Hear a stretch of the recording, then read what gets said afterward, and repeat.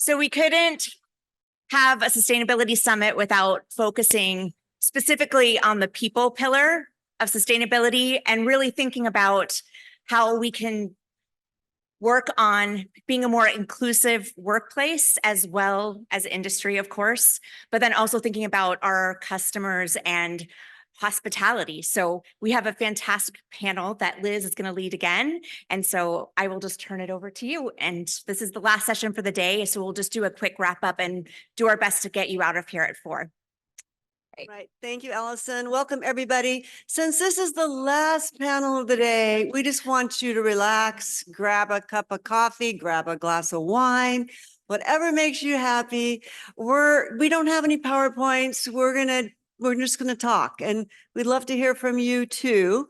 So please feel free to ask any difficult questions you have, because we have an incredibly expert panel here.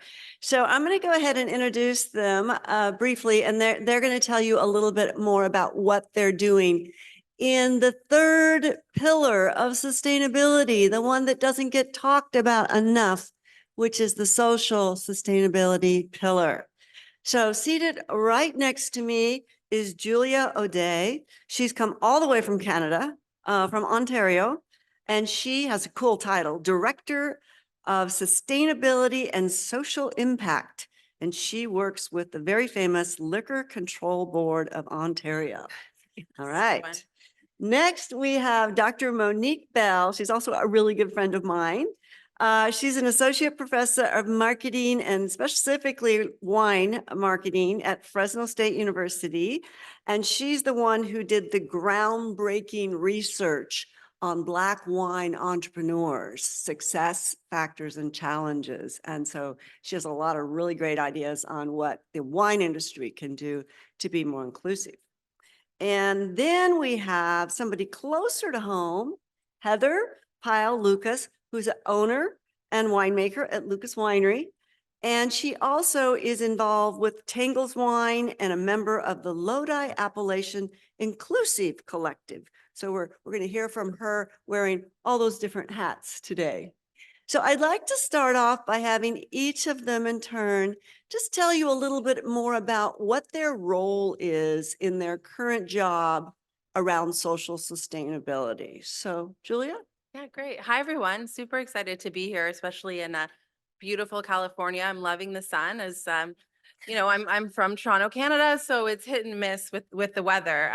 So I'm the Senior Director of Sustainability and Social Impact at the LCBO. For those of you who might not know as much about the LCBO, we are one of the largest retailers and wholesalers of beverage alcohol in the world.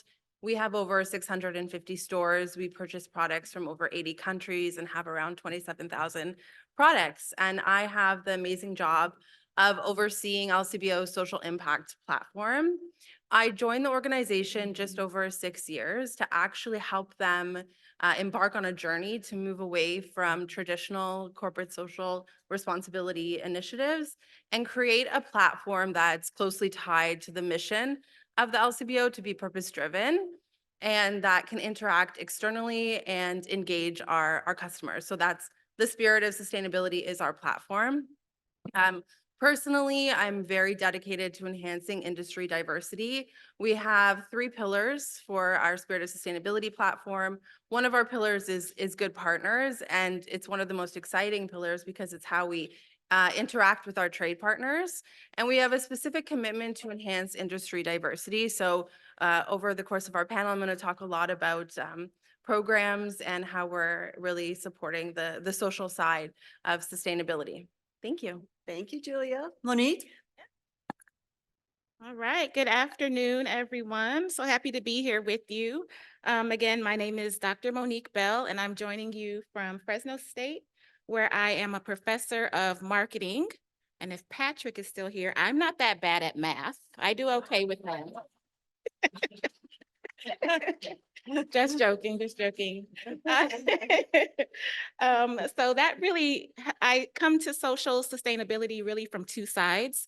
The first is my research, and that was really born out of my own personal curiosity, having attended an event in Oakland called the Black Vines Festival. And I found myself being really surprised to see that there actually were Black winemakers, a Black wine ecosystem. And so I had to kind of check my own bias and say, well, why am I surprised by that? Why wouldn't I feel like I belonged in that environment? And so that led me to pursue a sabbatical where I got to spend the fall of 2020 personally interviewing more than 40 Black wine entrepreneurs and also surveying more than 100 of them.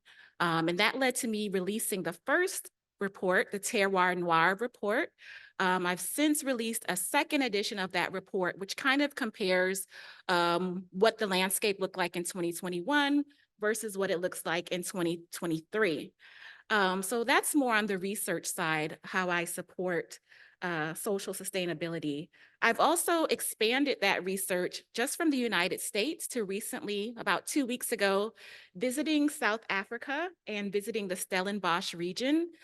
So that allows me to kind of compare and contrast and see what best practices exist when it comes to inviting more people to that wine table. On the educational and more consulting side, I've had some great opportunities to do some writing in collaboration with a platform called Uncorked and Cultured. We actually developed an ebook on strategic multicultural marketing strategies. And we developed that ebook as part of an educational series for the Napa Valley Vintners Association. So that allowed us to really speak with their marketing folks and share some of those strategies. Also, as a teacher in the classroom, as a professor, I'm fortunate to be at a university that is a signatory to the UN Global Compact, and our business school, to which I belong, also is following the sustainability development goals outlined by the UN. So my curriculum, how I'm evaluated as a professor, how I'm evaluated on the research that I do, it ties back to some of those sustainability points. So that gives you a brief summary on me. Thank you. Thanks, Monique. Yeah, I'm not that highly qualified. I come to social sustainability a couple of different ways. A small winery owner, although technically not an owner. My husband started the Lucas Winery in 1978. And by coming on board as a winemaker and then marrying him, I have been pretty well integrated into the Lucas Winery over time, as well as consulting here in Lodi. But I think I'm more interested, more able to express my concerns, my desires for social sustainability through the Lodi Appellation Inclusive Collective, which was started by Rodney Tipton. He's our leader. He's our brain behind it. I think we've done some interesting work, but what is most satisfying is that we have made some inroads into the local community. That is to say, not necessarily Lodi so much as the Stockton area, working with underprivileged or at least maybe people off the radar, young kids in particular, who would not know much about agriculture if it were not for something like LACE and being able to introduce them to the wine industry through either internship programs or immersion programs. And so that has been our focus, are these initially our immersion programs, and they weren't dedicated to locals at the outset. We worked with a group called the Bootstrap Fund. So we that's not the correct. The Roots Fund. Is it? The Roots Fund. So the interns, the immersion programs that we did with them were involving young people of color mainly from all over the United States. But very often they already had qualifications, were very well educated, very well integrated into the wine industry already. And so they would come here for a 4-day immersion program. And what we were sharing and what they were learning was about the Lodi appellation. We've shifted our focus a little bit going forward to introducing on a more basic level, agriculture, winemaking, marketing for winemaking, and all the background activities that happen in winemaking, mechanics, planning, design. We're now moving towards addressing young people who perhaps will not go to college, but are interested in some of these other trade-related, if you want to look at it in a more historical light, trade-related sort of occupations, things that they're good at, but they don't want to spend forever and ever getting to where they want to be or can't afford to.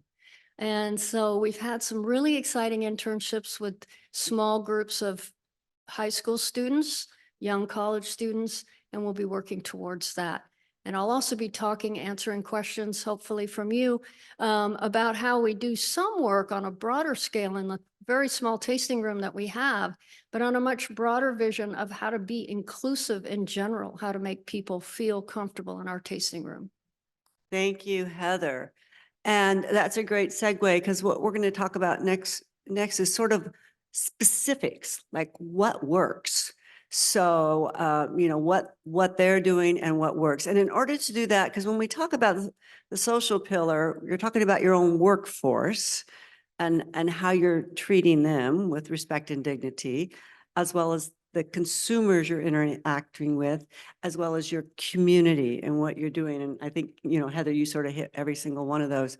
So to help us a little bit on the panel, I'd just like to get a show of hands from the audience. How many of you are on the winery or producer side? Let me see a show of hands. That's about half of you. How many of you are on the viticulture farming side? Okay, that's about 10 of you. How many of you are from a retail distribution? Just a couple of you. Welcome. Glad you're here. And how many of you are with media or other services? Okay, wonderful. Good. And I don't know if I forgot anybody, but we're glad you're here. All right. So, so what I'm going to do is ask each of them to share some of the specifics that they're doing, or like in Monique's case, the things she's seen that are really effective. So we're talking about best practices right now in social responsibility. So Julia, let's start with you. Let's see, what have you done then to help create diverse and inclusive workforces in hospitality too? Yeah, so I'm really excited actually to talk about this specific program. So as a retailer and wholesaler, the LCBO, we really believe that we have the ability to influence the industry and to engage across Ontario. And so, as I mentioned before, we have a specific commitment related to one of our pillars under our social impact platform, which is to enhance industry diversity. And that commitment came to be because we recognize the lack of diversity in the industry, specifically women, and then when you look further, diverse women. And so something that we did that's tangible is we created a program called the Spirit of Inclusion Initiative.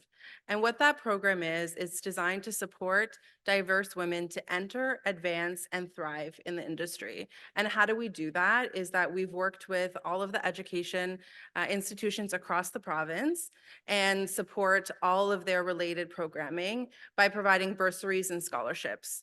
So I think right now we're supporting 15 programs across the province. The other way we're doing that is that we facilitate paid co-op opportunities with our trade partners in Ontario, and we facilitate mentorship relationships. So one of the things that we did when we worked with the Canadian Women's Foundation, when we were creating this program, is what are the barriers facing women? And that could be, if you're in the industry, what are the barriers that you're facing to advance? Do you have children? Do you have childcare costs? Do you lack the resources to be able to go back to school, take further courses? And so what we've done is, in addition to setting up bursaries and scholarships at the schools for the actual cost of the program itself, we have bursaries that cover the cost of transportation, daycare costs, and so on. To date, we've supported over 35 women. We have more mentors than we have mentees. And one of the interesting things around the program as well is that we also have still open scholarships available. So what did that show us after our first year was that this women, and specifically diverse women, this might not be an industry that they're aware of, or do we have to raise awareness more so around the program itself? So we work specifically with our suppliers, so wineries and our producers. We speak directly to them around the program. We ask them to share that with their staff. So they understand who's eligible to participate. So to date, I would say the Spirit of Inclusion Initiative is a great example of how we're supporting diverse women, which is directly coming out of understanding the lack of diversity. I think just one other program I'd love to mention is supporting Black entrepreneurs, which I know Monique is going to speak to as well. One of the ways that we've been able to achieve impact is through collaboration and partnership within the charitable sector.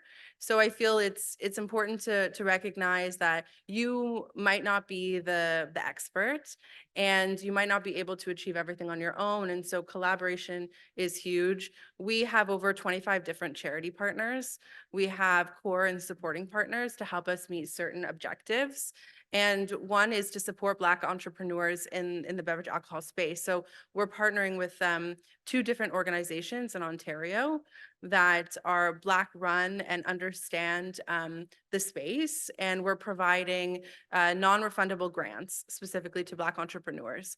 And that also includes wraparound services of mentorship, understanding how the LCBO works, how do you list a product, how do you promote your product, what is your specific value proposition, and so on. And so that's another really great example of a tangible program that we're working on now. So just for everybody's benefit and to Mhm. remind me, how many employees does the LCBO have? Yes, so we have around 7,000 employees, and it increases up to 10,000 during seasonal hires. So obviously over the holidays and the summer when it's quite busy. And how many different store locations then with it? So we have just over 650 stores Okay. across the province. So you're trying to bring in and doing mentorship programs to get more people to come in and work in the stores and, yeah. Okay. Yeah, I That's think those- for the mentorship piece, specifically for the diverse women, one of the things that we've learned is women mentorship is extremely important to success. So women want to talk to other women on how did you get into the industry? How did you deal with struggles of being the only woman in a room? And so we actually did a call out to the trade. And we received applications from women across all different areas, so spirits, wine, and so on. And they have put their hand up to say, I'd love to mentor any of the students that have received the scholarship or bursaries. And it's been extremely successful. Wow, that's Mhm. impressive. All Yeah. right. And you're also, like you said, trying to bring in people of color winemakers. Like Yes. You're trying to represent them in your stores. Is that right? Yes. Okay. Yeah. That sort of leads into what Monique's going to Mhm. talk about too. So Sure. you're up, girl. Yes, thank you. And I think, if you don't hear or listen to anything else today, I think it's really that idea of collaboration, like Julia mentioned. It can seem overwhelming. I'm sure we've heard some great tactics and strategies today. It can seem overwhelming to do that on your own without necessarily having the cultural competence, the access, the connections. But I think the big story is that you have partners. And that's the best way to go. You don't have to figure this out on your own. Whether that is new hires that you make, whether that is consultants, whether it's influencers that you work with. I just want there to be this takeaway that partnership is key. So getting back to what do we do on the marketing side? Again, you've heard a lot of some great information about improving your marketing strategies, being more inclusive on that side. I do want to state that because there is this legacy tied to the wine industry, this feeling of exclusion for certain groups, I think it's imperative that you are really welcoming, go beyond tolerance to really an enthusiastic welcome to these new folks who may be experiencing wine and tasting rooms for the first time. One thing that stood out to me, another kind of statistic from a past Wine Market Council report was that 13% of Hispanic consumers of alcohol and 15% of Black consumers of alcohol do not drink wine because of a past bad experience. So that really speaks to the importance of welcoming these folks and others into this space. When it comes to some good examples, there are some both inside and outside of our industry. One that really does well with inclusion in its messaging is Procter and Gamble. They have created what I don't think can really even be called ads. They're more short films that speak specifically to the Black experience here in the United States. So one is called The Talk and one is called Unbecoming. And it really speaks deeply to the experience that many folks have in the United States. Another one that I'll mention is the Ralph Lauren brand. They did a capsule collection that featured historically Black colleges and universities and really amplified the work that they do, created a collection of apparel that uplifted and amplified those schools. And also along with that, made donations so that scholarships could be available at those universities. A little bit closer to home, more in our industry, just a couple of examples that I'll give. One is the Urban Grape, which is a retailer that began in Boston and which is now in Washington, D.C.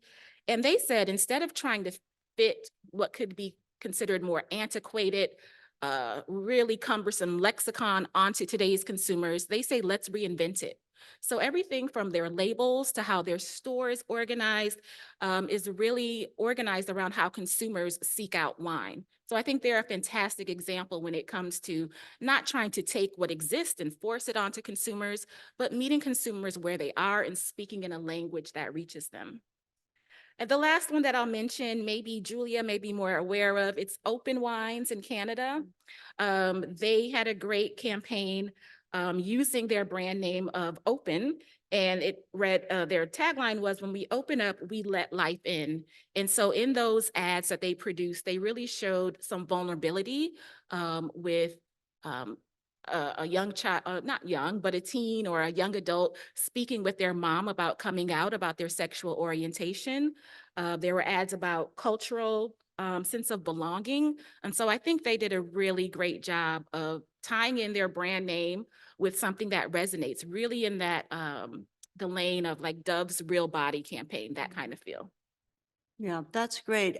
So Monique, in your research too on the Black wine entrepreneurs, you identified some challenges. Discrimination was actually still one of them, but there were also some recommendations and success factors. Mhm. Can you share what they thought would be useful for the wine industry to do? Sure. Kind of an advantage that many wine entrepreneurs of color or from underrepresented groups have is they have that cultural competency. They're able to connect with audiences who might not have been recognized or welcomed into the industry. So there's opportunities for partnership and collaboration, even though they may be your competitors in some sense.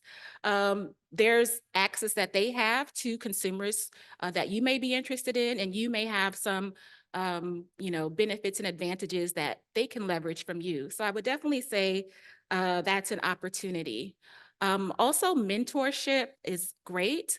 Being able to take these wine entrepreneurs under your wing, so to speak, if you have that capability, and share those best practices that you may have learned over generations and help them with their success.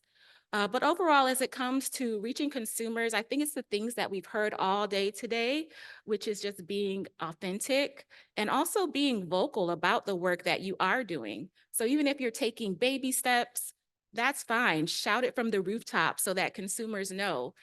We also have a great opportunity since sustainability really seems to be environmentally driven. I think we have a great opportunity to begin the education process to say, well, that includes people too.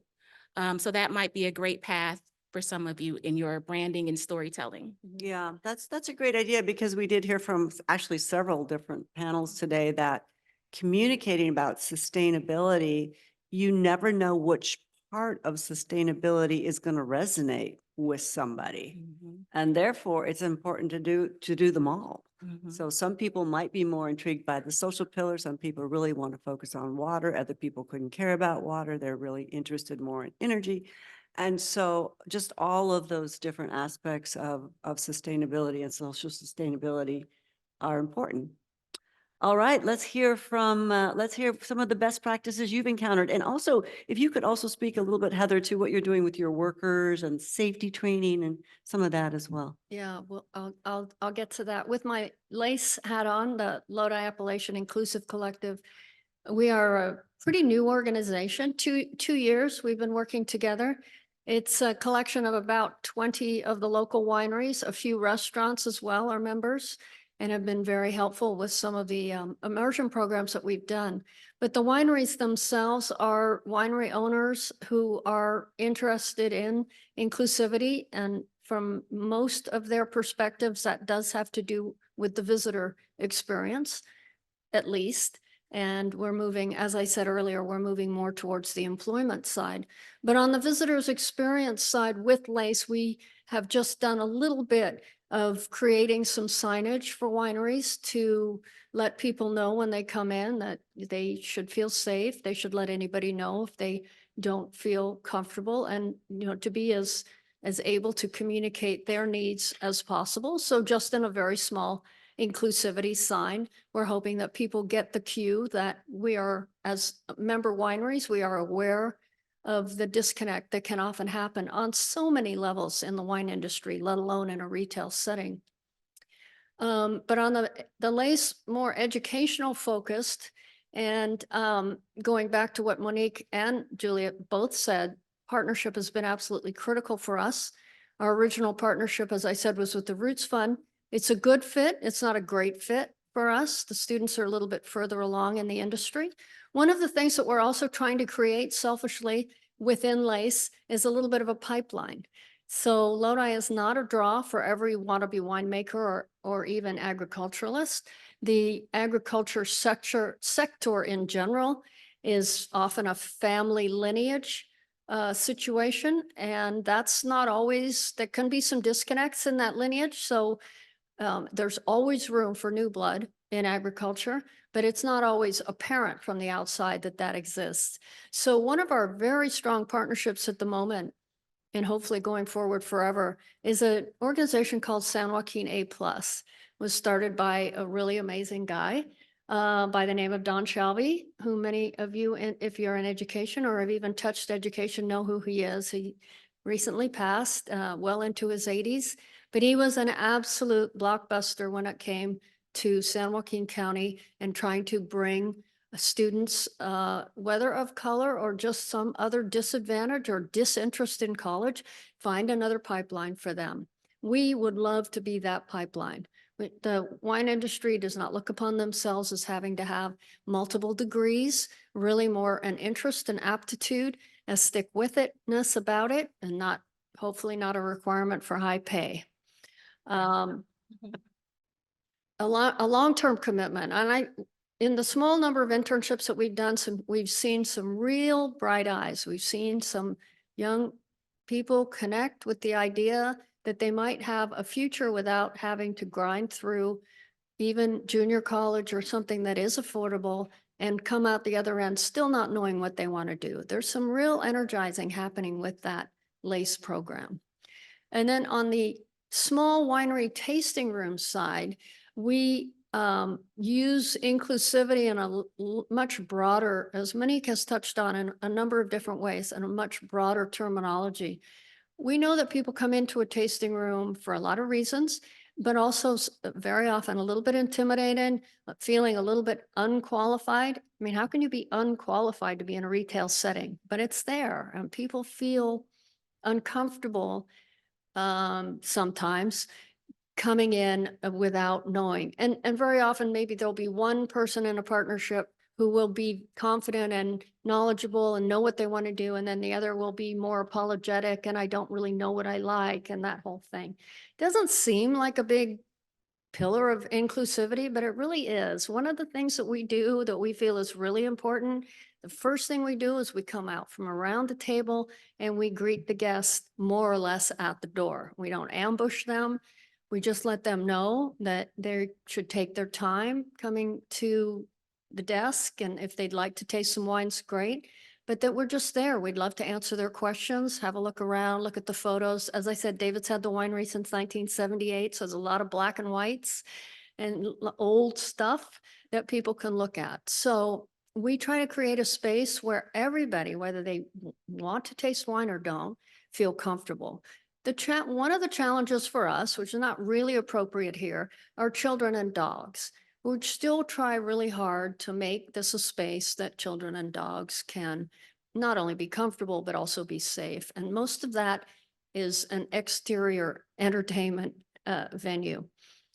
But coming around the table and being able to greet people face to face, we found really lowers the temperature of people's anxiety. And we're much more able to do what we like to do, which is not just talk about our wines. David and I are very interested in the educational side of winemaking. So we love to share everything from when we harvest the grapes to how we harvest the grapes to our organic block, our sustainable blocks, and talking whatever depth and length people are interested in.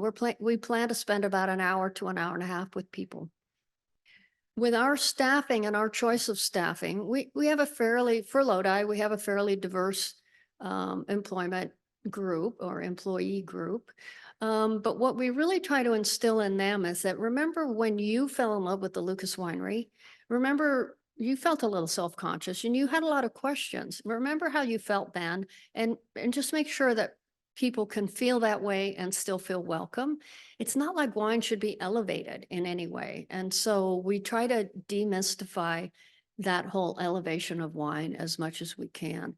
We talk to our employees a lot and allow them to talk to us about suggestions that they have as to how we should greet people, how we should treat people.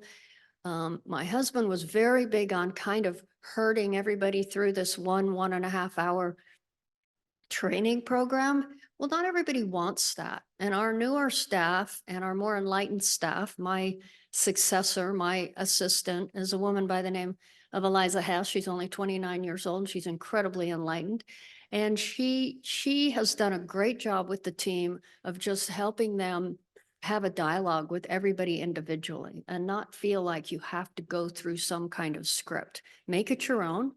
And also be sensitive to what the person coming in might be wanting from a safety standpoint. Of course, we're very aware. We've all been ADA trained, of course, having areas available for people who are not as ambulatory as others, wheelchair bound or whatever. They should feel just as welcome. So sometimes we're helping them in the door. Sometimes we're just showing them where their table is or one of the options for their experiences. And so it's really a dialogue that we have with our employees, and it just keeps evolving because we do see more and more diverse clientele, and we just try to draw them out. Tell us what you want. Tell us what you like about it. Tell us what you would have differently. Heather, that's fascinating what you're saying, because I don't know if any of you read the story in Wine Business Monthly, I think it was today, about the new research that was just done on visiting tasting rooms, and that the younger consumers don't want to be herded through an hour and a half, lecture on Exactly. even sustainability. They want to just have a nice, relaxing time. But there are a few who do want this. And, it's interesting because I think what's happened with COVID and everybody going to appointment only tasting rooms, not everybody, but a lot of people, is you're sort of forced to pick one of these sessions that you're going to be in, and you have this person who comes up and serves you your wine and tells you all the stuff. And, if you remember back, I remember back when I was in college going wine tasting, you were there to have a good time with your friends. You just wanted to talk and relax and have fun. And that's what they're finding is creating this kind of just relaxed, inclusive atmosphere in a tasting room is so critical. And we've got to get back to it again. We still need to have the hour and a half lecture or, whatever, food and wine pairing or whatever it is people want. But we need to have also just easy, get to know you, what questions you have. So I really like that. Thank you. Yeah. I'm going to come back to the safety question because I'd like to go back to Julia, and because you're dealing with, training the frontline staff who come into the stores. How do you train them and how to be inclusive with customers? So I know that through our human resources department, that's one of their their mandates on training and how to engage with customers. As you can imagine, as the having over 650 stores across the province, we're very honored to be able to engage with all of Ontario's diverse communities.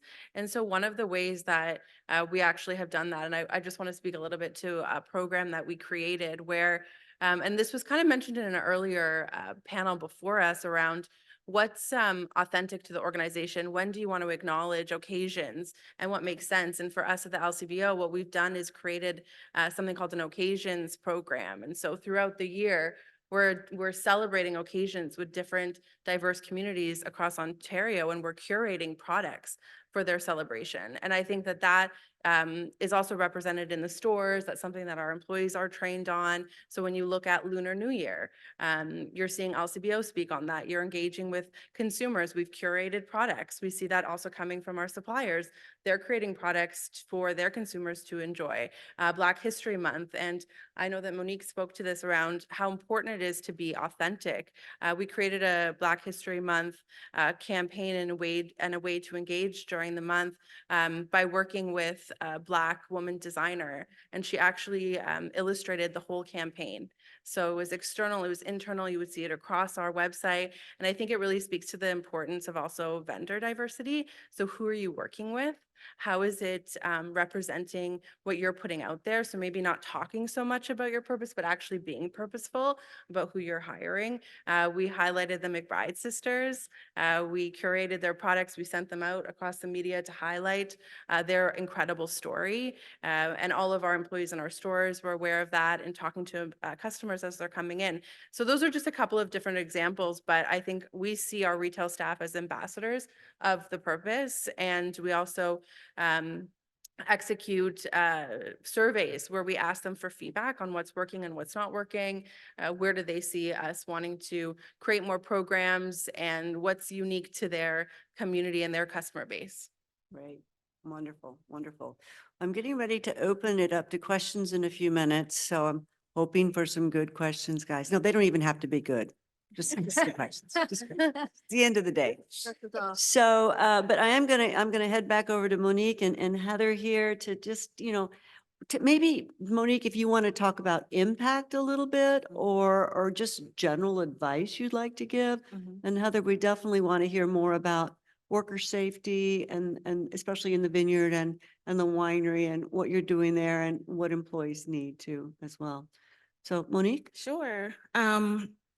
I think just to go back to talking about from a marketing perspective, one of the most efficient ways to offer that cue to underrepresented groups that they belong and that you're welcoming them to your brand is through representation in your advertising and social media. So any of your marketing communications, if you're able to incorporate that they can just see someone who looks like them, even in your marketing and messaging, that's a really efficient, really easy, yet still impactful first cue that this brand is speaking to me and that this is a brand that's about inclusion.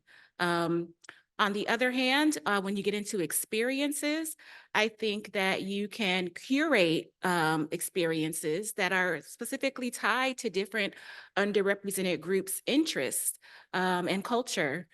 So again, with partnership, I don't think you have to try to go it alone, but with partnership, you can really create impactful experiences that speak to those different groups. I had a great opportunity 2021 to again work with Napa Valley Vintners to create the first Juneteenth in Napa, again with Uncorked and Cultured. So we partnered to deliver this really curated experience to bring influencers, policy folks to just experience Napa from a Black perspective and visit the many Black-owned businesses that are in Napa Valley. So I think the more that we can do things like that, where we're really kind of thinking outside the box, thinking beyond our own walls and providing these experiences can really be impactful. The one kind of metric or impact that I would love to talk about is I actually had the experience of joining the Professional Wine Writer Symposium 2 years ago.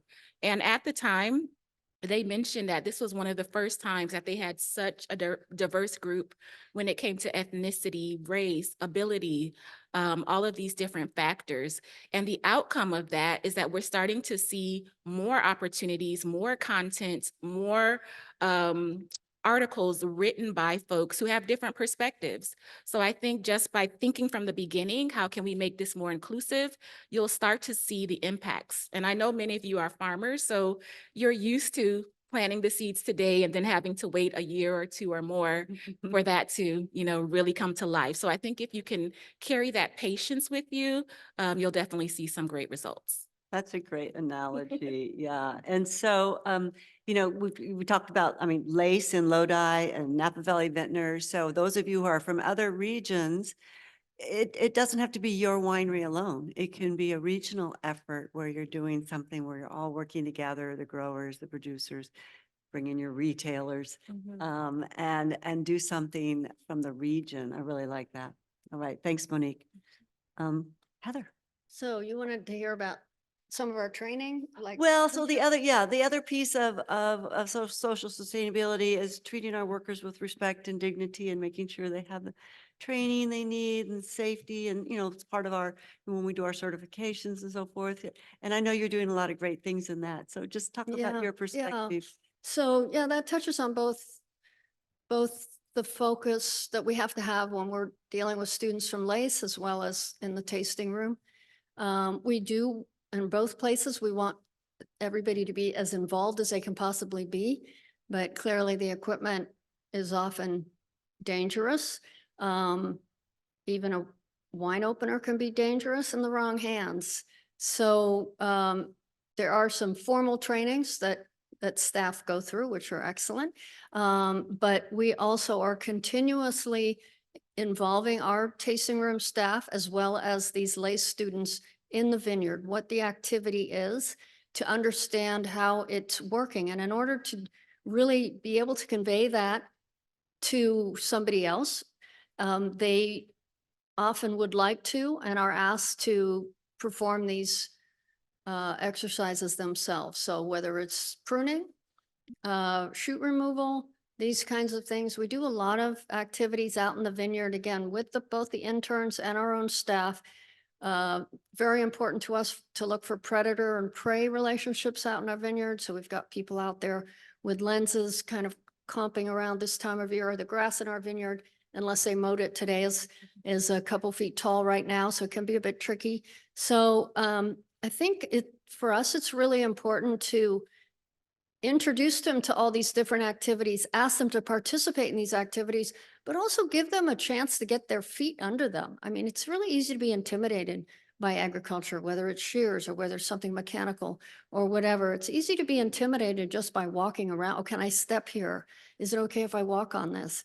That kind of thing. And really lowers the temperature of the whole environment. Everybody's involvement is so much more relaxed if they can do it maybe an hour or two every month, couple weeks. Sometimes it's a mentor within our staff group who will take the rest of the group out and just show them what they've found. And it just involves getting around the vines, getting up, getting down, seeing how the irrigation works. It's amazing how much small things like that can really help the staff and these students convey and feel a passion for what's going on out there. And certainly safety is a lot of it. During the harvest season, we love to have the staff involved in punch downs and pump overs, and everything at our winery is really small, 1.5 inch hoses and things. So it's really not ever going to be too heavy for anybody, but you can get on the wrong end of it. And so a lot of guidance, a lot of just talking people through it. And we really find that the staff members that stay the longest and are the most committed are the ones who have been able to participate a little bit in the harvest work. Everybody's allowed to sort at the destemmer. Nobody's left out of sorting fruit. So that's not always the most fun, but everybody has something they love, and everybody comments on the colors and the shapes and the smells of everything. So be inclusive that way. I think with a mindful eye to safety, everybody can really participate. Just don't leave them alone with anything too long. That's beautiful. The joy of working in a small winery is you get to wear all those hats. All right, so we're sort of at a point in our program that I just really want to open it up and see what questions you might have for our panel, or maybe a comment, sharing what your company's doing or what you've seen as a best practice in social responsibility. So who wants to go first? Yes, excellent. Cynthia. Hi, Lisa. Thank you. Thank you all for your leadership and for your passion for this subject. It's really appreciated. We're finding in our internal DEI committee an evolution toward inclusion and belonging because broader scope and action oriented, et cetera. And so I have two questions for you. What are you seeing in terms of belonging? Is that a natural outgrowth of inclusion, or what do you see as the differences? What are you doing to foster belonging? And then I love this notion of creating safety, safe communities, safe, inclusive communities. And certainly that gives way to psychological safety. And so I'm wondering, are you engaging any new initiatives such as 86 harassment, which is targeted toward hospitality industry, on premise, et cetera, to provide both employers and employees with resources for gender-based harassment and violence? So, sorry, two questions. Excellent. Thank you, Cynthia. Yeah, so belonging versus inclusion. Who'd like to address the question first? I can answer it from a perspective of an employer, like a larger employer. So we do have a diversity and inclusion roadmap. I think from my personal answer to this question would be, we do have 7,000 to 10,000 employees at one time. They span across Ontario, and belonging is a huge importance to all of us. And so one of the ways that LCBO is trying to make sure everyone does feel that is they've created employee resource groups. And that has been extremely successful.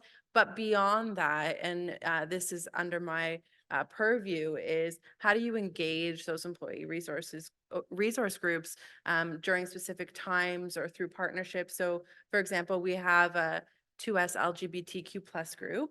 And so during Pride Month and all year round, we have a really strong partnership with Pride Toronto and I think 5 other organizations. And we invite those resource groups to learnings and trainings. We invite our partners to come in and speak to our employees. And I think it's partnership is so important. Understanding what area of belonging employees want to feel. Is it related to their personal experiences? Is it occasion that they want to feel is being acknowledged or represented? Externally, who are those partners that can support you in that?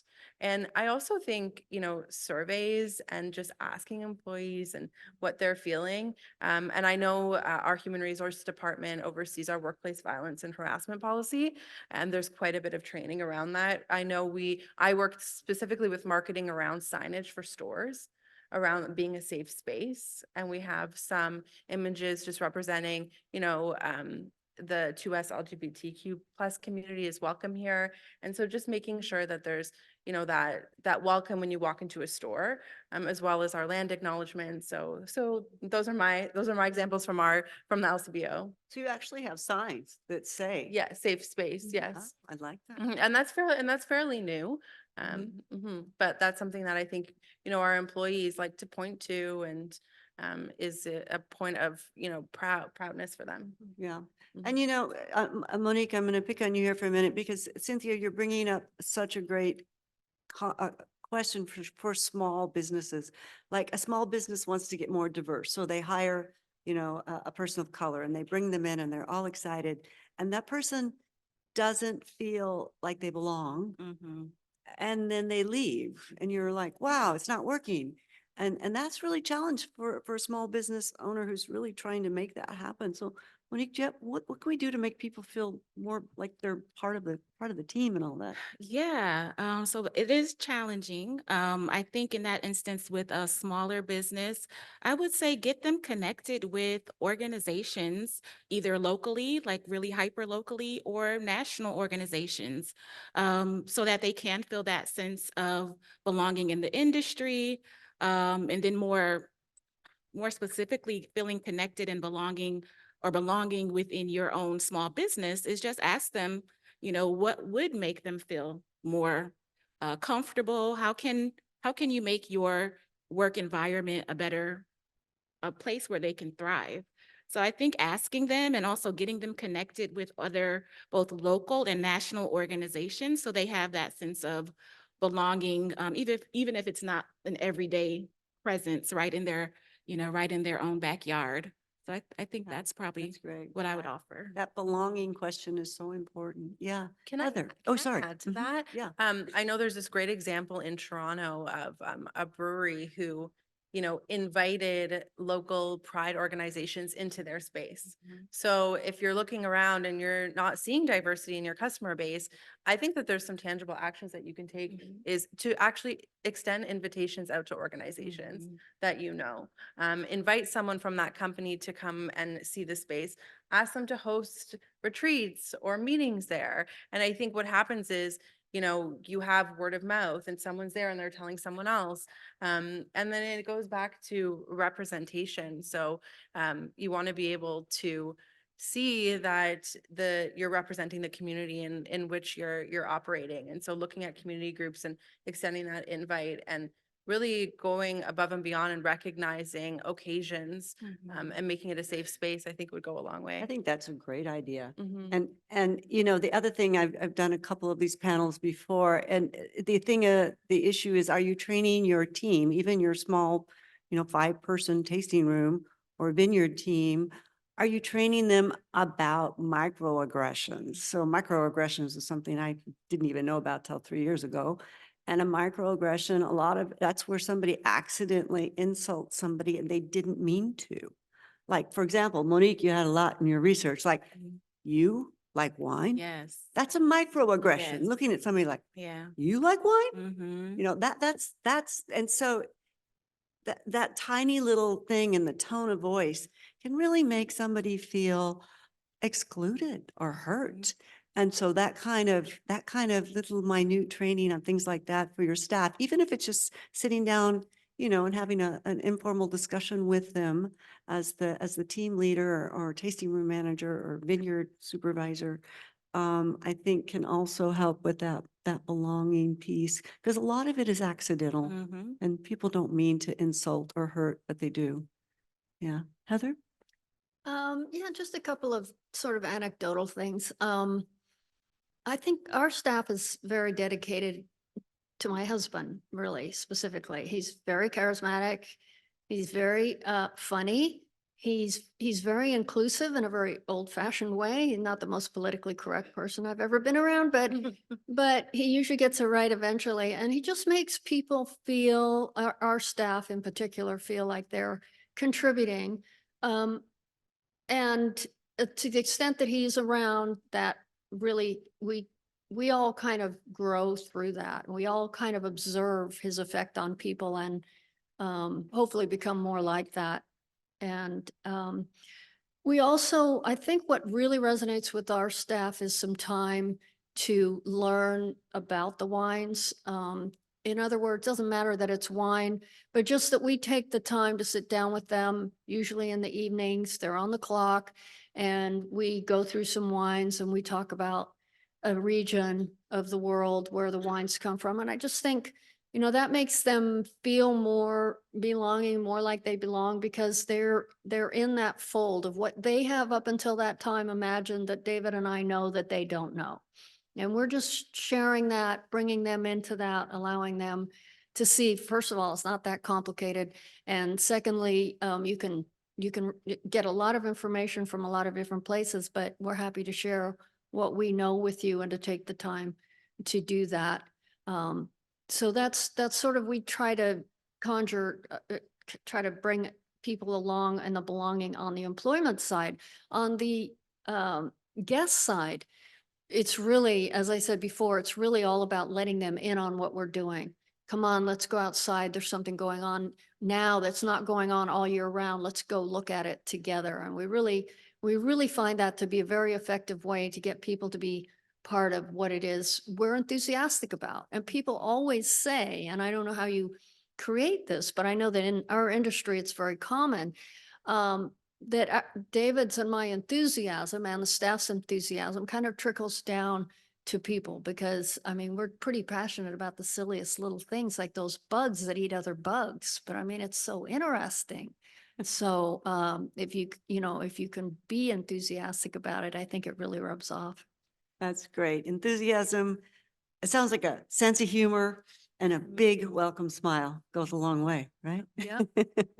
All right. So, yeah, Inhang, yes. I hope it's okay asking more than one question a day. Thank you very much for all of the important conversations we're having today. And I really appreciated the microaggression comments. When I first got appointed at Sonoma State as a professor, I visited one of the wineries in the region. And when I introduced myself as a professor in the Wine Business Institute, the reaction was like, not, it was really, and you know what that means. Microaggression.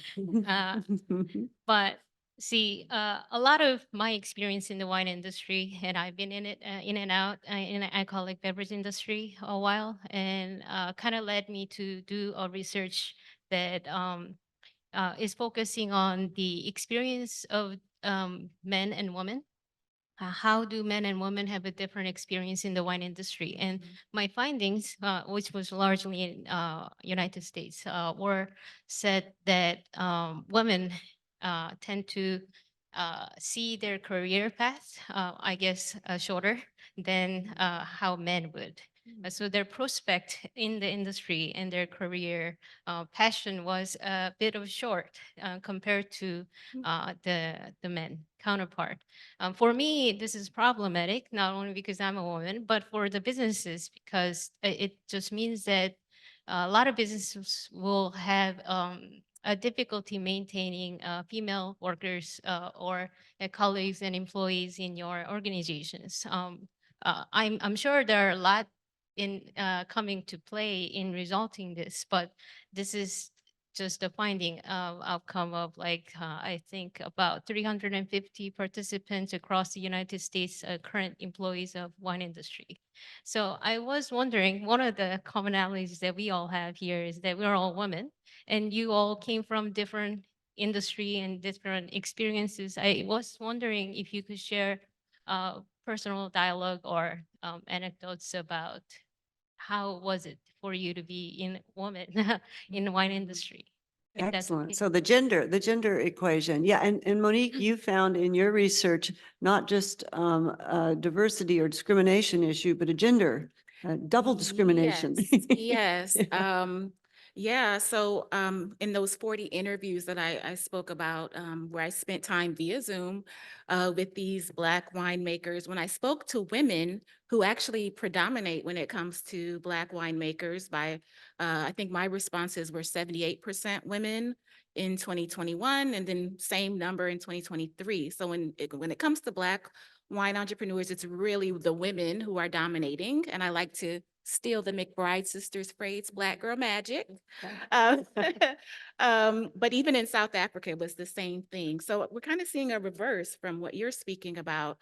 But along with that, in my interviews, I did hear some just horrifying tales from women of color and what they experience, because they have not only that aspect, the microaggressions that happen because they have a visible racial difference, but also appearing as women, they are also discounted it again. So it kind of compounds.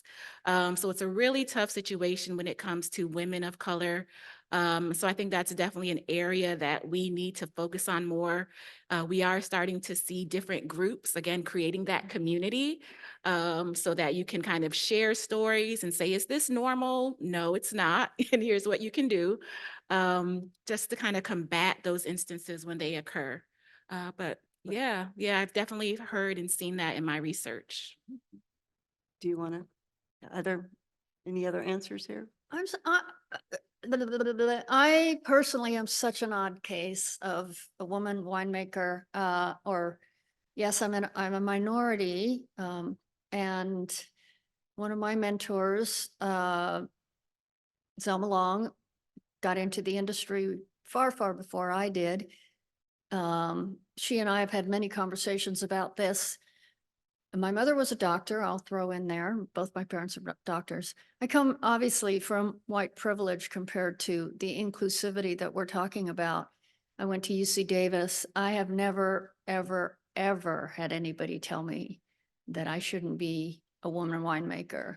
I have had, or even that any part of my training, any part of my professional life, I cannot say I've ever noted a hint of anybody who thought that I might not belong. Now, I started at Robert Mondavi in 1985. I started not as a hands-on cellar rat. I actually evolved to that at the Lucas Winery. Cellar rat, that's my new title. But I certainly was brought in at a higher echelon than many of the guys were working. I never ever had anybody tell me that I might not get it because I'd never worked on the floor. And I don't know what to attribute that to. I don't know if it's just my denseness and I didn't hear what people have said. But one time a winery owner, Donald Hess, I had a whole group of my team there. It's fairly late in my Mondavi career. I had probably 8 or 10 of my staff with me. They were mostly guys, I'm sure, probably a couple of women. And he pulled me aside and he said, so how did you get this far? How does this work as a woman? Now he's Swiss, but he said, I said, I don't know what you're talking about. He said, well, people must be discriminating against you, like find every reason to think that you don't belong. And I just have not had that experience. And I think in some ways, like my mother was the same way. She just wasn't very gender focused. Easy for me to say. I know that the reality for many others is completely different. The only thing I have talked about with young women who are going through the UC Davis program, for example, a month or so ago, is, just don't assume the worst and try to rebuff it, try to create your best space that you can. And when it happens, it will happen. But I'm such a terrible example. Yeah. Or no, or if you encounter it, call people on it, tell them, Yeah. hey, what you just said made me feel like this. I'm sure that's not what you meant. Something like that. Anyway, so we are at the point at the end. So I'm going to ask each of our panelists to give one final piece of advice. So, I know some of you are already pretty far in your journey of the social sustainability pillar and good, and some of you are just starting. So I just wanted to have them just give one piece of advice, something that they really think will help you as you continue to progress in this very, very important area of the wine industry. Okay, me first. Okay. I would say, I'm going to give advice based on what has worked for myself in this role and at the LCBO, which is authentic partnerships. So, and be very focused on social sustainability is very broad. There's a lot of social issues, and I think it's important to focus in and narrow in on a specific area and why that area, and then understand who your partners are, because we've had such success in creating impact. We raise over $1 million a year. We have 25 different charity partners. We've been able to support 35 different women because of the authentic partnerships that we have.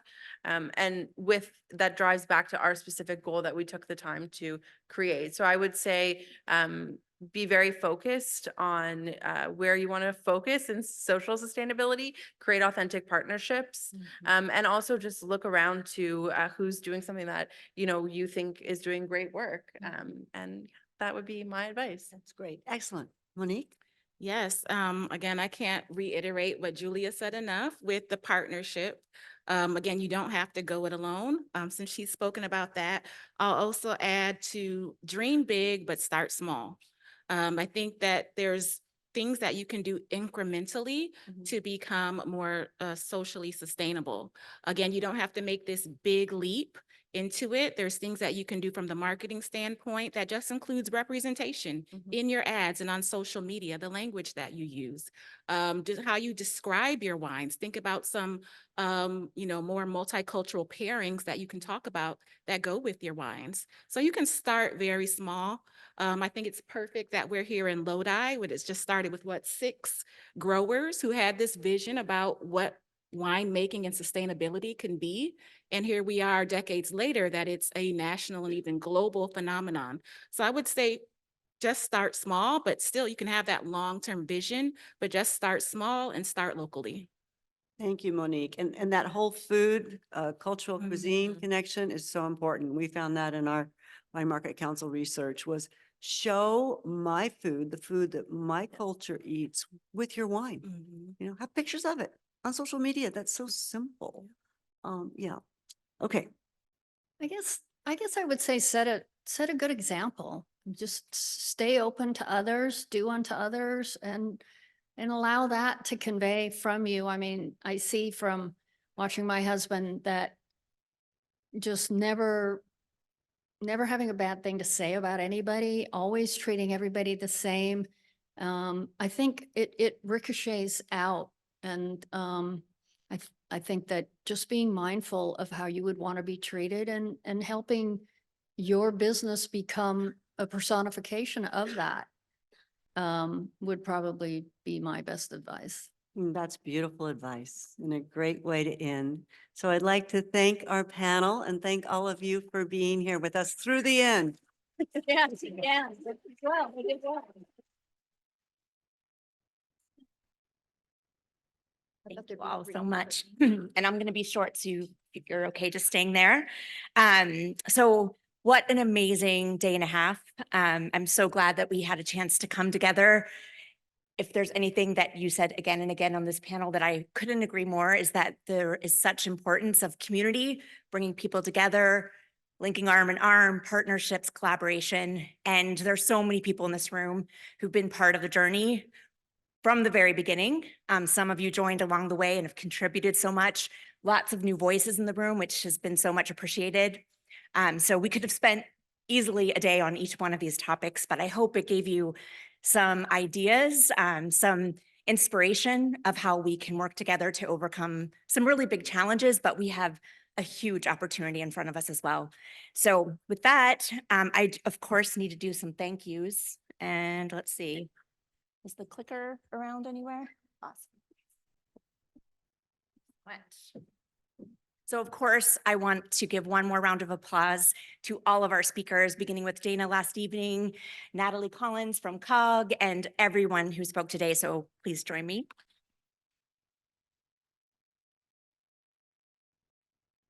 I also cannot thank my team enough. So we are a small but mighty team and have very busy schedules, and somehow planned this conference on top of it all without any outside help.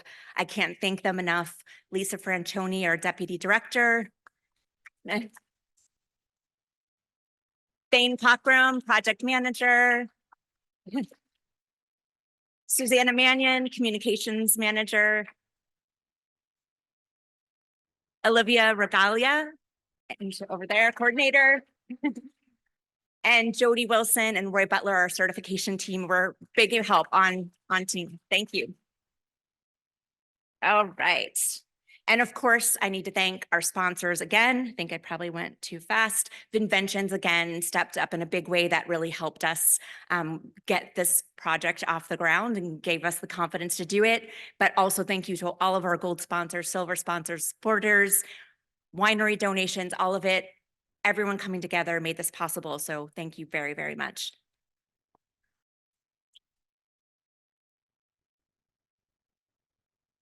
And lastly, I think it's been a really important endeavor that the US wine industry has come together, again, to share all of our stories and best practices, having speakers come from all of those states. We appreciate you traveling. Thank you to all of the associations and the certification programs that were a part of planning and recommending the excellent speakers we had. And we look forward to doing this again. We've been on the sort of every other year path, but we would look forward to hearing your feedback, what topics, where we should have it, any feedback that you want to give us. We're wide open.